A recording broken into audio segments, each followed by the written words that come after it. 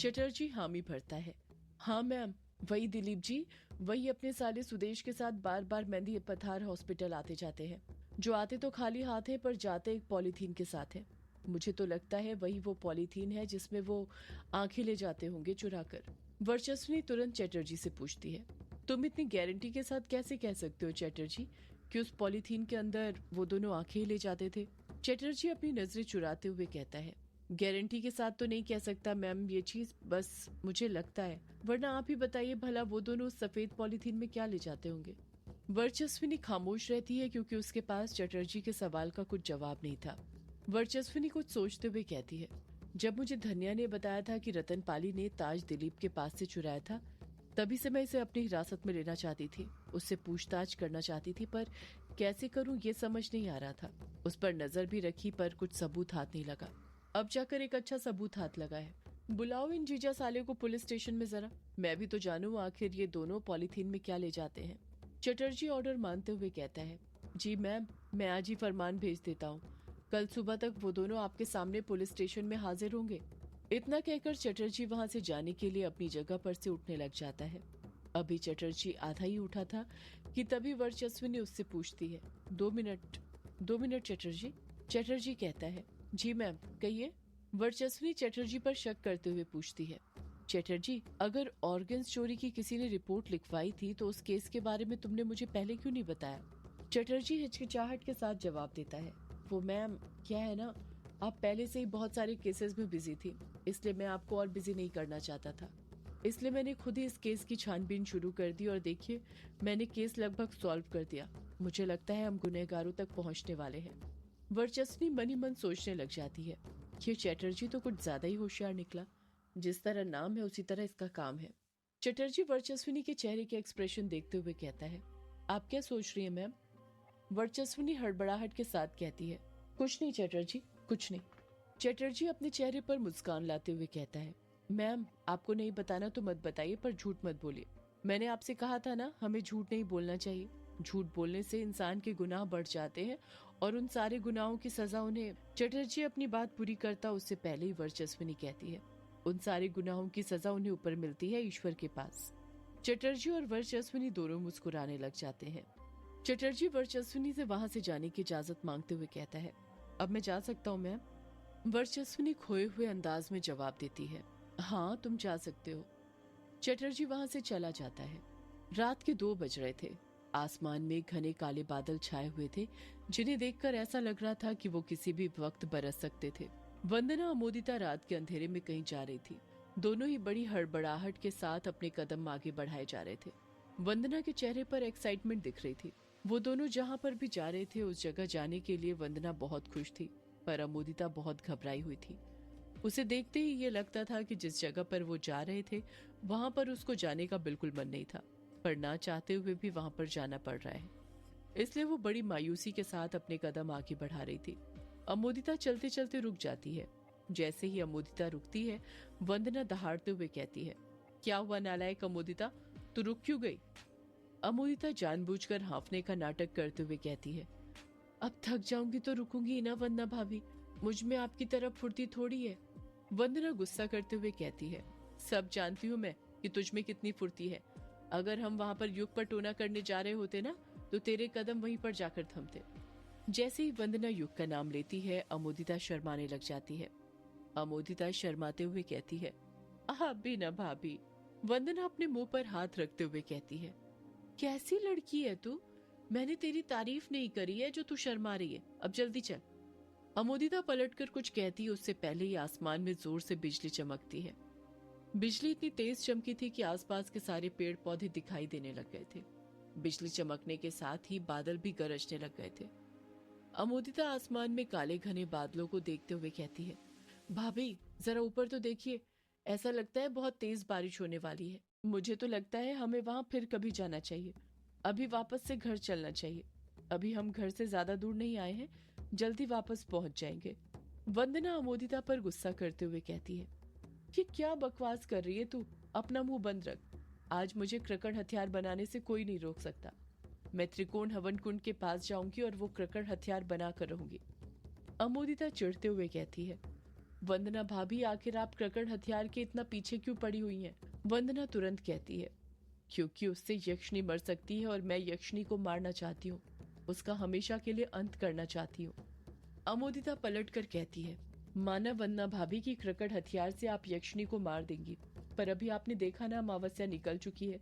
अब पूर्णिमा की रात ही यक्षिणी किश्नोई नदी के पास जाएगी और पूर्णिमा आने में अभी बहुत वक्त है।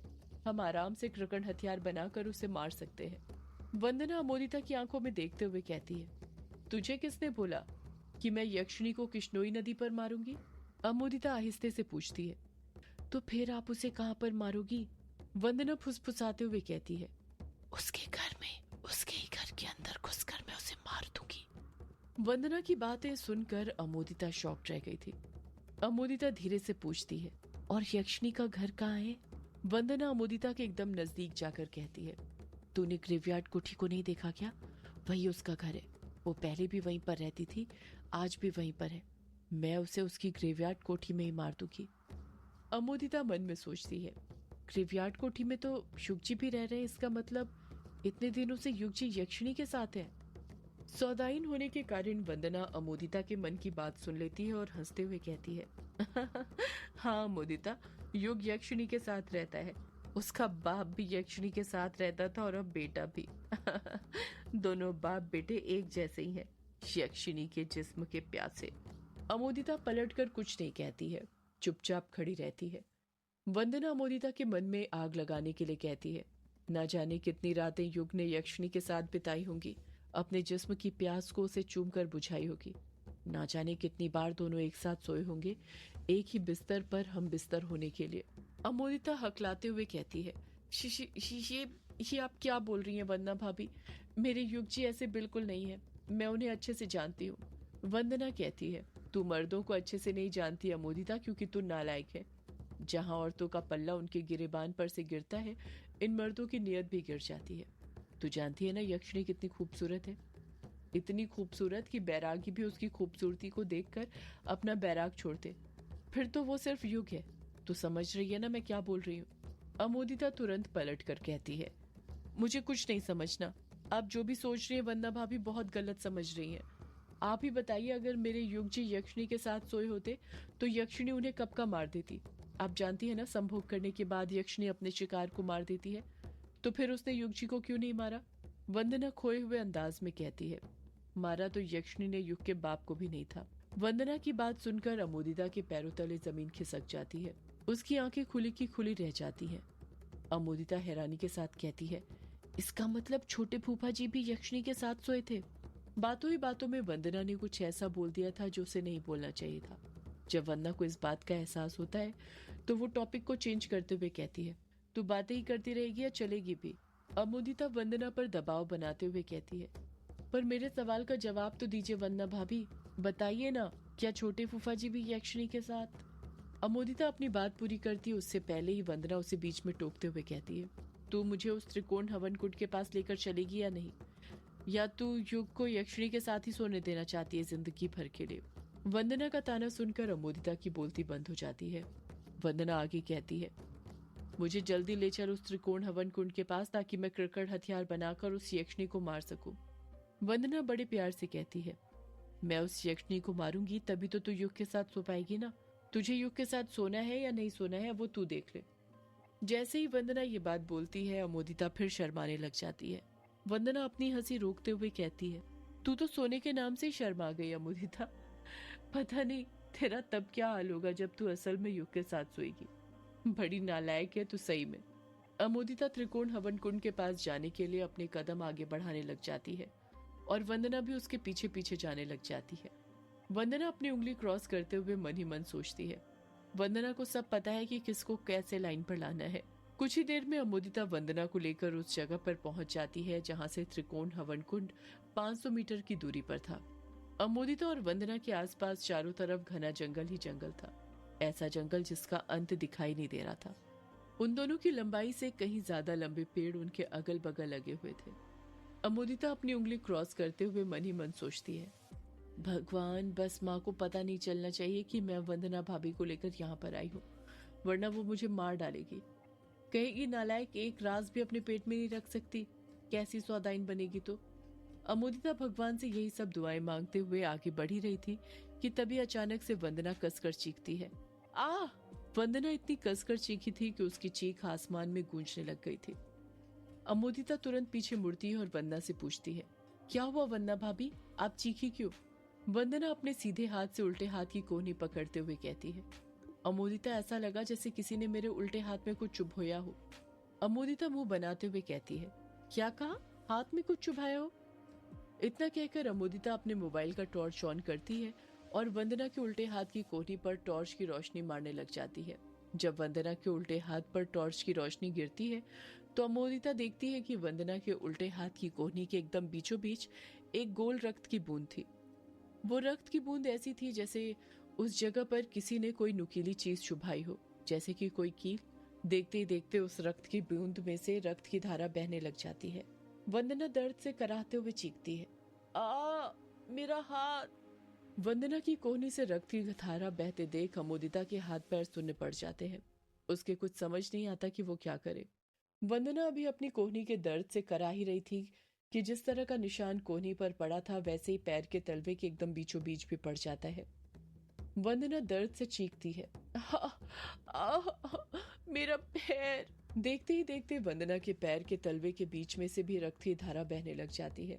वंदना दर्द से कराहे जा रही थी और अमोदिता कुछ नहीं कर पा रही थी।